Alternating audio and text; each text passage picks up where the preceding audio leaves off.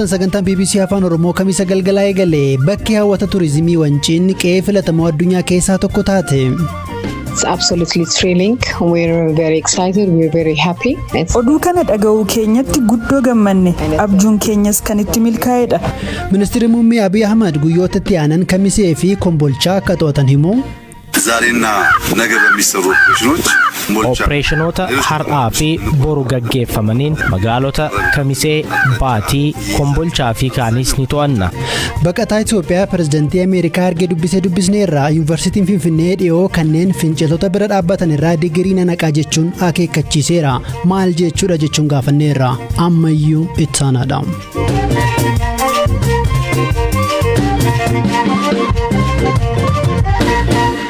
Oduu ministeera muummee Abiyyiin eegalla. Erga ministeerri muummee Abiy Ahmed dirree waraanaatti bobba'anii hamilee waraanaa kaka'uu kan ibse mootummaan bakkeewwan amma dura TPLF'n qabamanii turan to'achuun milkaa'ina guddoo argachaa jiraachuu himeera. Ministeerri muummee Abiy guyyaarraas adda waraanaa Dogoloo irraa ibsa kennaniin guyyoota muraasa keessatti magaalota kanneen akka Kamisee, Baatii, Kombolchaa fi kaanis deebisnee ni to'annaa jiran. ዛሬና ነገ በሚሰሩ ኦፕሬሽኖች ከሚሴን ባቲን ኦፕሬሽኖታ har'aa fi boru gaggeeffamaniin magaalota Kamisee, Baatii, Kombolchaa fi kaanis ni to'anna. Karaa dhiyeenya dasee jirus ni qabanna. Magaalonni hedduun duula har'aa fi bor gaggeessinuun ni qulqullaa'u. Gama diina keenyaan ammoo diinni keenya mo'ameera, diigameera. Bulchiinsis saffisaan magaalotaa fi aanaalee keessatti hojiilee ijaarsaa fi gurmaa'inaa hojjechuu qaba. Mootummaan magaalaa seena qabeettii Laalibalaa dabalatee naannoo Afaarii fi Amaaraa keessatti bakkeewwan murteessoo ta'an deebisee to'achuu guyyaa kaleessaa ibseera. Eegasii ibsa kan baasan finciltoonni TPLF ammoo tarsiimoo sirreeffachaa jirraa jedhaniiru. Tarsiimoo fi tooftaan waraanaa faana bu'aa turre akkasumas iddoowwan Amaaraa fi Afaar keessa qabannee turre siyaasaa fi humna waraanaa murteessaa ta'uu hubannee osoo jirru amma garuu tooftaa keenya sororsuun murteessaa ta'ee argameera jedha ibsi bahe. Sababni isaa immoo gidiraa diinni itti jiruu fi tooftaa babal'ifannaa humnooti Amaaraaf falakaa'uun waan barbaachisee argameefi jechuun hime TPLF ibsa baaseen.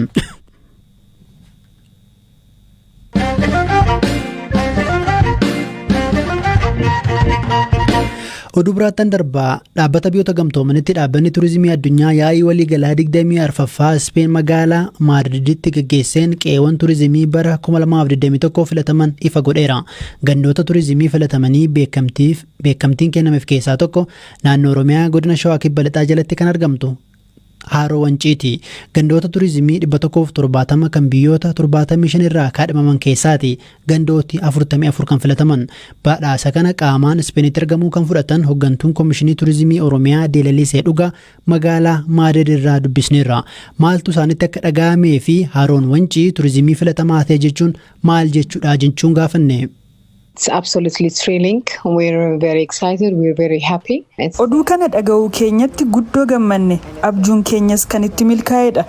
Oduu guddaa fi gammachiisaa ta'e kana dhaga'uu keenyatti guddoo gammanne. Beekamtiin har'aa kun qe'een yookaan bakki tokko barmaata hawaasaa fi kunuunsa naannoo qabuuf naannawaa wayitaa bakka turizimii filatamaa jechuun moggaafamudha. Mandara turizimii filatamaa kan jedhamu hojiiwwan isaanii gaarii turizimii wajjin wal qabatan hojjetaniini. Akkasumas hawaasni naannichaa adeemsa taasifamu hunda keessatti yeroo hirmaatanii fi dhuunfatanidha. Kana malees hawaasni naannichaa kunuunsa qabeenya uumamaa irratti haala olaanaan wayita hirmaatanii fi hawaasni walitti dhufee walta'iinsaan wayita hojjetudha.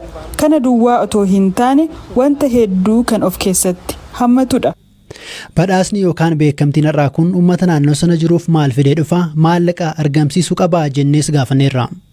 What it brings to the locals is not financial as such. Beekamtiin har'aa kun kallattiin badhaasa maallaqaa namoota naannoo sana jiraataniif fidee dhufuu baatus ija addunyaa gara bakka sanaa akka mil'atu taasisa. Qe'ee sanaafis beekamtii idil addunyaa argamsiisaaf UN'tti dhaabbatni turizimii addunyaa yookaan UNWTO miidiyaalee addunyaa garaagaraa marsariitii isaa fi marsaalee hawaasaa qabuun beeksisa bilisaanii dabarsa. Kana jechuunis Haroon Wancii waltajjiiwwan addunyaa garaagaraa irratti kanfaltii malee beeksisa bilisaa argataa jechuudha. Kunis ammoo turistoonni hedduun gara sana deemuun akka daawwatan gargaara. Gabaabumatti wayita naannoo ollaa turizimii jechuun barbaadanitti jalqabarra dhufaa jechuudha. Bu'aan kanaatis carraa hojii hawaasaa naannichaaf uumuu fi diinagdee hawaasa sanaa daran gargaaruun kan mul'atu taha. It will help the local economy a lot.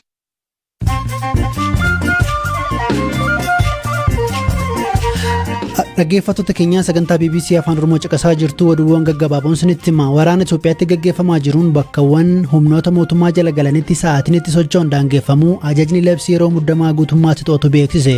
Kunis bakkeewwan to'ataman keessatti nagaa fi tasgabbiin akka jiraatu gochuuf akkasumas nageenya uummataa fi qabeenyaaf eegumsa taasisuuf jechuudha jedhameera.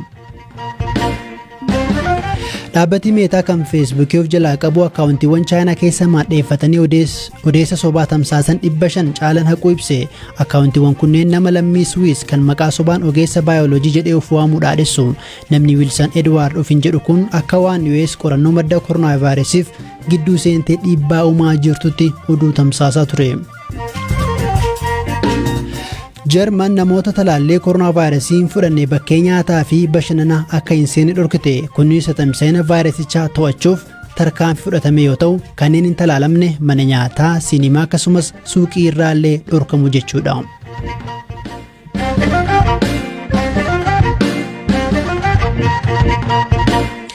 Oduuttaan Ittanca jalqaba torban kana gaafa wiixataa baqataan lammii Itoophiyaa bulchiinsa Minnesotaa jiraatu pirezidaantii Ameerikaa Joo Baayiden arge dubbise yaaddoo kiyyaan himadhe jechuun BBC'tti hime. Baqataan kun obaalaa jedhama.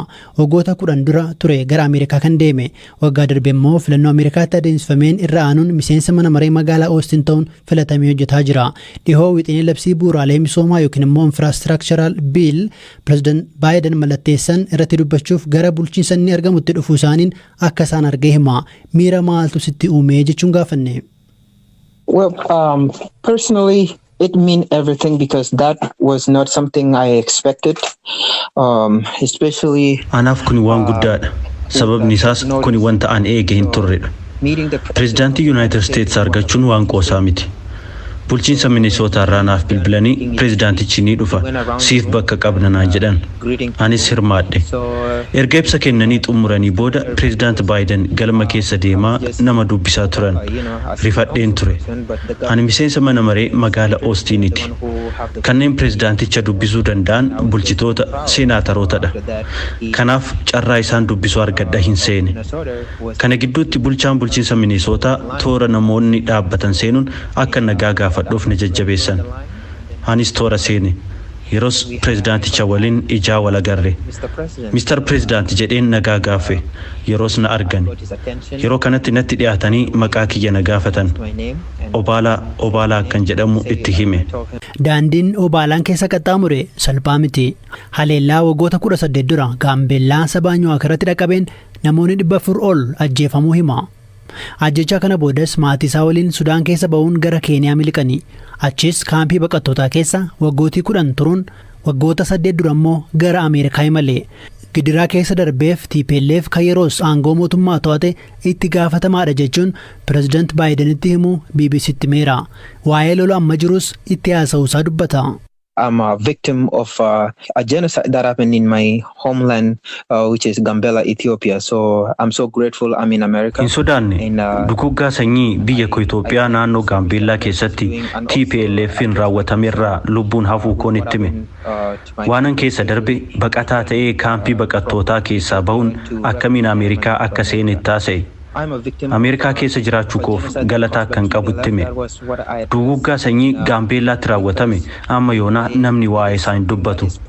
Yeroo ammaas lola TPLF'n eegaleen uummanni Itoophiyaa ammallee hiraarfamaa akka jiru, mootummaan nagaa barbaadus TPLF nagaa akka hin barbaanne, waggoota 27 aangoo irra turanii garuu saboota xixiqqoo hacuucaa akka turanitti hime. Ministeera muummee uummattoota Itoophiyaan filame fonqolchuun aangootti deebi'uu akka fedhan yaaddoo qabu itti ibse. Ergan itti haasa'e booda deebii akkanaaf kennu yaadee ture garuu hin eegne. Hin eegus. Pireezidaantii Ameerikaadha. Deebii akka kennu hin eegu. Waanan keessa darbeen gadduu natti himan. Ergasii suuraa akka waliin kaanu na gaafatanii waliinis kaane jajjabaadhu naan jedhan.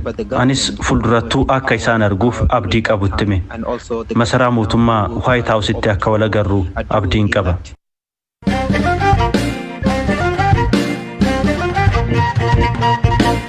Guyyaa irraa hawaasni yuunivarsiitii Finfinnee imbaasii Ameerikaa Hinxooxxoo argamutti ba'uun hiriira mormii gaggeessaniiru. Mormiin kun dhiibbaa hin malle US Itoophiyaa irratti gaggeessaa jirti jedhan bu'uura godhachuuni. Torban darbe immoo gaafa jimaataa hawaasni yuunivarsiitii Finfinnee haala Itoophiyaa keessa jiru mari'achuun ibsa yeroo baasetti akeekkachiisni kennee jira ture. Kunis barattoonni yuunivarsiitichaa duraanii garee shororkeessummaa jechuun paarlaamaan Itoophiyaa labsee balaaleffachuu dhiisuun waliin dhaabbatan muraasni waan jiraniif kanneen irraa hanga digirii isaanii jalaa haquu akka ga'u akeekkachiiseera. Haa ta'u malee digiriin kun kan barnootaatiin baratanii argatan immoo doktara kabajaa seeneetiin murtaa'e kennamu adda hin baasne. Dhimma kanarratti ibsa dabalataa argachuuf yaaliin irra deddeebiin taasifne milkoofne. Barsiisaan yuunivarsiitichaa maqaanaaf dhoksaa jedhan walgahii irratti hin hirmaanne garuu digirii kabajaa malee digirii barataan tokko baratee argatu haquuf yuunivarsiitiin hin danda'u jedhaniiru. Dhimma kanarratti kan gaafanne barataan akkasumas barsiisaan duraanii yuunivarsiitichaa yeroo ammaa yuunivarsiitii Kiil kan barsiisan Awwal Aloo Zalaalam Taaddasaa dubbiseera.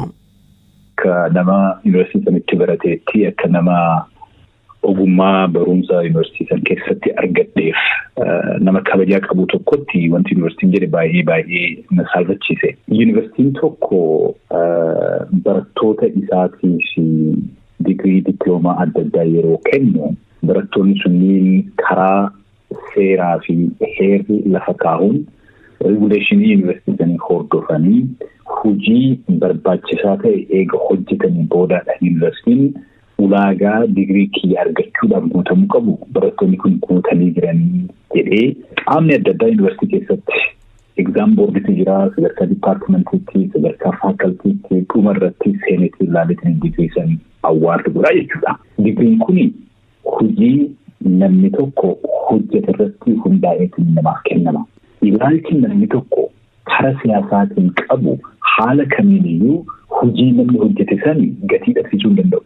Invalvees gochuu hin danda'u. Yuunivarsiitiin tokko digirii karaa seeraatiin kennameetiin jedhe namarraa fudhachuu kan danda'u yookaan immoo buusuu kan danda'u yoo ragaan digiriin sun karaa qaraatiin argamu mul'isu dhiyaate qofa. Kanaan alatti haalli yuunivarsiitiin digirii kana namatti kennee kanaafiyyuu ilaalchi siyaasaa kan kee wanta hin jaallataniif irraa fudhachuu danda'a ittiin jedhu bu'uura wayiitii hin qabu. Yuunivarsiitiin karaa seeraa karaa sirna qabuun wanta kana gochuu hin danda'u. Dhaabbileen barnootaa siyaasaa fi bakka siyaasni itti gaggeeffamu irraa bilisa ta'uu qaba jedhu yeroo baay'ee Itoophiyaa keessatti sana hordofuu qaba jettu moo paartiima tokko waliitiin ba'uu hin qabudha ilaalchi? Yuunivarsiitiin akka instituutionitti siyaasa irraa guutumaan guutuutti paartiisan politiks siyaasa gama tokko gargaareetiin gama tokko lolu ta'uu hin qabu. Neutral ta'uu qaba. Kana jechuun garuu dhimma haqaa irratti, dhimma walqixxummaa irratti, dhimma mirgaa irratti neutral ta'uu qaba jechuu miti. Dhimma siyaasaa keessa hin seenu jechuu miti. Riisarchiin baay'een profeesoroonni yuunivarsiitii jiran hojjetan dhimmoonni baay'een barattoonni qo'atan irratti barsiisan waa'ee siyaasaati, waa'ee hawaasummaati, waa'ee aadaati, waa'ee aartiiti. Kun immoo guutumaan guutuutti siyaasa irraa bilisa ta'uu hin danda'u. Dhimma siyaasaa kanarratti barattoonnis barsiisonnis yaada mataa isaanii qabachuu yaada mataa isaanii calaqqisuu mirga qaban kun mirga heera irratti kennameefidha. Tolee guddaa galatooma ulfaadhaa. Dhaggeeffattoota keenya sagantaan BBC Afaan Oromoo kan kamisa galgala xumuramaatti jira. Oduu tokkoon sinii dabalaa. Awurooppaan deebitee waraanatti seenuu malti jechuun Raashiyaan akeekkachiiste. Yaa'ii nageenyaa Swiidin adeemsifamaa jiruun ministeerri dhimma alaa Raashiyaa Sergey Lavrov neetoon bahaatti babal'achuu isaa mormaniiru. Ameerikaan immoo yoo Raashiyaan Yuukireen waliin wal dhabde miidhaa qaba jechuun akeekkachiisaniiru. Sagantaan keenya irraa xumuramee kan sinii